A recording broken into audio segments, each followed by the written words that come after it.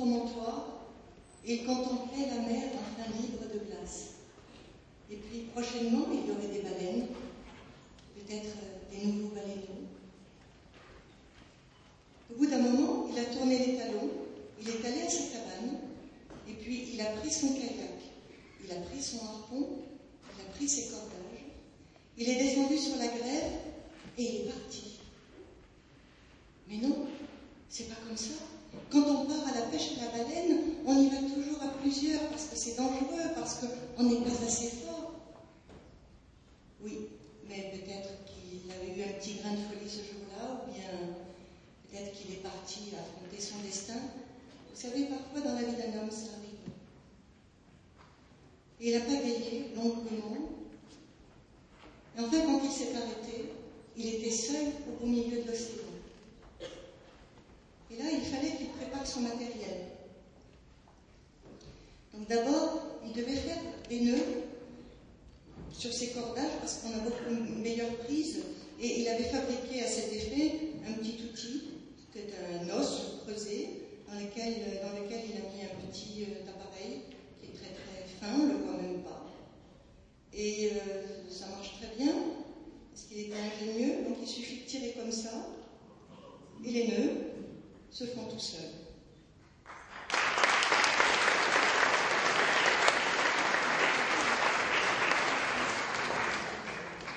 Ensuite, il a préparé ses cordages. Il lui fallait un filin pour son harpon. Il lui en fallait un autre pour attacher la baleine s'il réussissait à la capturer. Et puis un troisième pour s'attacher lui-même. De toute façon, il ne savait pas nager. Il fallait replier les filins d'une façon bien expérimentée par l'usage. Et c'est là qu'il l'a vu. Ça faisait comme un souffle, avec des milliers de petites bulles d'eau, et puis dans ce filet naturel, un arc-en-ciel s'était attrapé. Alors, il a remercié les dieux de la nature, les dieux de l'océan. Oh, mais tout était défait. Il fallait tout recommencer. Et vite, parce que la baleine pouvait partir. Donc, c'était pas facile.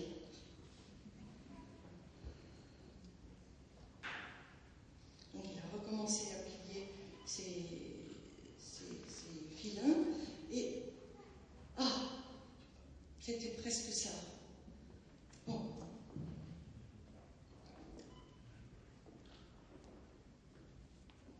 Mais non, la baleine était partie. Alors il s'est couché dans le fond de son kayak pour prendre un peu de repos. Mais l'instant d'après, il y a eu un grand bruit, comme une queue de baleine qui frappe la surface de l'eau. Et puis ensuite, il y a eu un choc sous le kayak. Et le kayak a volé dans les airs et lui avec. Et il est retombé au fond de l'océan. Et quand il est remonté à la surface, il n'y avait plus rien. Le kayak était en miettes, il y avait des morceaux de peau, des morceaux de bois, et s'est accroché à un débris, ses mains étaient gelées, il a fermé les yeux, et il allait s'abandonner à l'eau glacée, lorsqu'il a entendu une voix qui disait « Oh là, un homme à la mer !» Il a ouvert les yeux, et devant lui, il y avait la coque d'un très grand navire, et en haut, sur le bastingage, un homme qui lui a lancé une échelle de corde. Alors lui s'est agrippé comme il a pu, et l'échelle a été hissée sur le pont.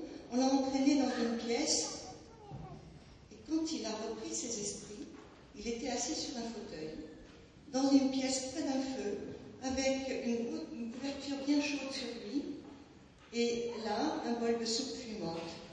Donc, il a bu sa soupe, et il a poussé un soupir d'aise, parce qu'il commençait à se détendre, à se réchauffer. Et c'est là qu'il a entendu la voix de l'homme.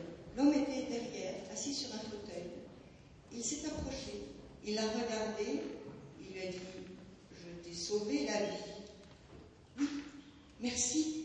Comment pourrais-je jamais vous remercier suffisamment ?» Et l'homme a dit « C'est pas difficile. » C'était un homme grand, élégant, avec une chevelure de feu, un regard perçant. Il lui a dit « Puisque je t'ai sauvé la vie, alors ta vie m'appartient. » eh bien, je vais te ramener chez toi et tu signeras le contrat. Si tu ne le signes pas, je te remettrai dans l'eau glacée.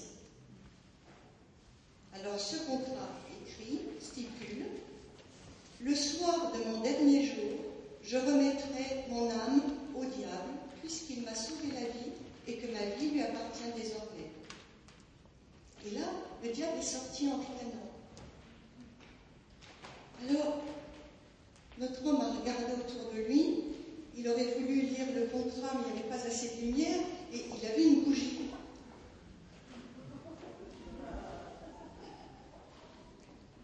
Mais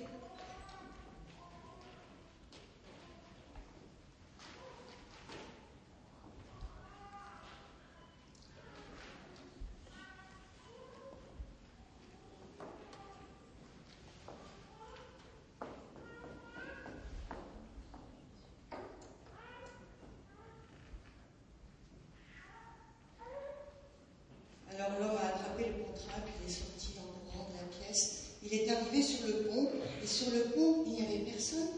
Et pourtant, le bateau roulait à vive allure, filait à vive allure. Et dans la nature, personne non plus. Et c'est là qu'il a aperçu son promontoire. Ah, il était presque arrivé chez lui.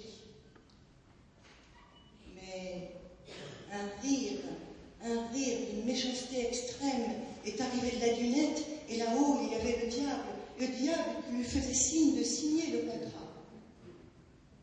Eh bien, voilà ce qu'il a fait, le pécheur. Il s'est tourné vers le diable, il a pris le contrat en regardant le diable droit dans les yeux, il l'a déchiré, il l'a jeté dans l'eau, il a enjambé le bastingage, et il est parti dans l'eau. Et il ne savait toujours pas nager, mais peut-être qu'avec la force du désespoir, on a des ailes, ou peut-être dans ce cas-là des nageoires. Il a remué ses bras, il a remué ses jambes, et quelques instants après, il était arrivé sur la grève de chez lui. Mais quand il s'est retourné, derrière lui, un navire l'avait suivi. Et appuyé au bastingage, il y avait le diable qui tenait un harpon et qui le visait. Mais trop tard. Trop tard parce qu'il avait remis le pied sur le sol de ses ancêtres. Et là, il y a eu un coup de vent. Et le vent a fait claquer les voiles, a fait tournoyer le bateau, et le navire a disparu